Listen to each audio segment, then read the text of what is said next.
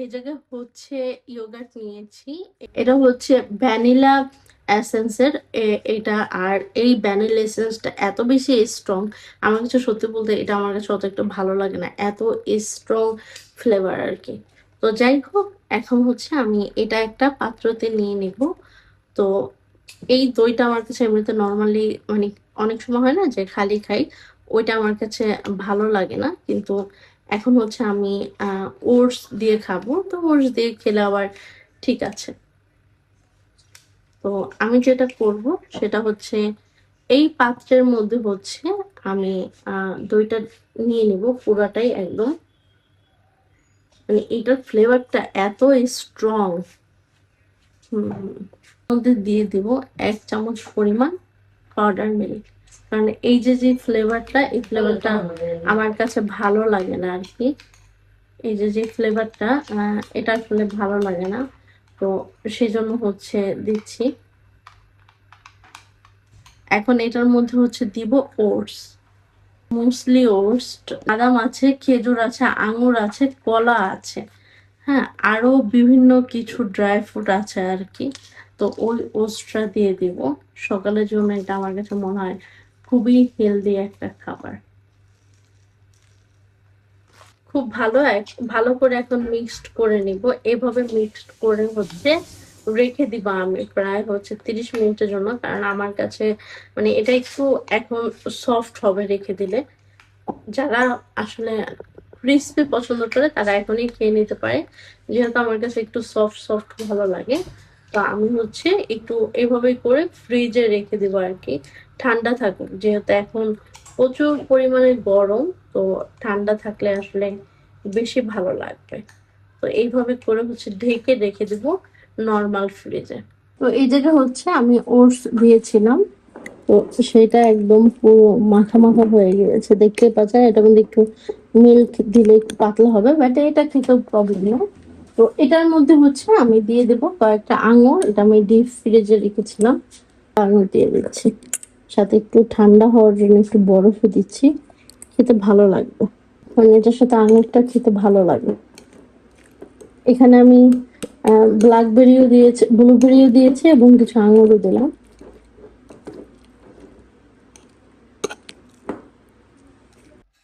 আজকে হচ্ছে বাংলাদেশের একটা সবজি রান্না করবে আর কি। এটা হচ্ছে এটার নাম হচ্ছে উম, কি জানো মানা, চিচিঙ্গা। কোনটা চিচিঙ্গা? এটা কি? আচ্ছা, এটার নাম হচ্ছে রেহা বা হচ্ছে কোহি। হ্যাঁ, চিচিঙ্গা অন্যটা। আচ্ছা, যাই হোক, আমি ভাবতেছিলাম এটা চিচিঙ্গা। যদিও আসলে মানে উম বাংলাদেশে অনেক সবজির নাম আমি জানি না ঠিক মতো, বাট এটা হচ্ছে ভাজি করবে দেখে আমার কাছে খুবই ইন্টারেস্টিং মনে হলো। সেজন্য আমি ভাবলাম যে একটু ভিডিও করি আর কি। তবে হ্যাঁ, এটা আমাদের বাসায় আরো আগেও রান্না হয়েছে, বাট মানে এইভাবে মানে আমি দেখেছি হচ্ছে কাটার পরে আর কি দেখতে কিছুটা দুলদুলের মতো দেখা যায়। কিন্তু এটা একদম আস্ত দেখে মানে দেখেন অনেক বড় কিন্তু, তাই না? তো এটা হচ্ছে ডিম দিয়ে ভাজি করবে আজকে। এই উপরের ছিলকাটা হচ্ছে এভাবে এভাবে করে হচ্ছে ফেলে দিবে আর কি। তো দেখতেই পাচ্ছেন কিভাবে হচ্ছে আহ মানে এটা হচ্ছে ছিলে নিচ্ছে আর কি। উপরের যেই এই খোসাটা আছে এভাবে হচ্ছে উঠিয়ে ফেলতেছে, বাট এটা হচ্ছে মানে অনেক বেশি করে কাটে না, জাস্ট এভাবে হচ্ছে ছিলে নেবে। তো এটা কিভাবে কেটে নিচ্ছে দেখতেই পাচ্ছেন। তো মাঝখান দিয়ে হচ্ছে এভাবে 2 ভাগ করে ফেলবে। ও এটা এরপর হচ্ছে একদম পাতলা পাতলা করে হচ্ছে কাটবে, পাতলা করে। এই যে এইভাবে করে হচ্ছে কেটে তারপরে ভাজি করবে। তো এখন হচ্ছে মরিচ দিয়ে দিচ্ছে, শুকনা মরিচ, মানে ভাজি করার জন্য। তা আগে তেল দিবা না মা, শুকনো মরিচ দিয়ে? আচ্ছা, এটা নাকি সমস্যা নেই, কিন্তু আমি করলেই সমস্যা। তো তারপরে হচ্ছে দিয়ে দিচ্ছে তেল। তো এখন তেলটা গরম হবে আর কি, খুবই সুন্দর একটা স্মেল আসতেছে। এখন হচ্ছে ডিম দিয়ে দিবে, কারণ এই ভাজিটা হচ্ছে ডিম দিয়ে করবে। তো 2টা ডিম দিয়ে দিচ্ছে।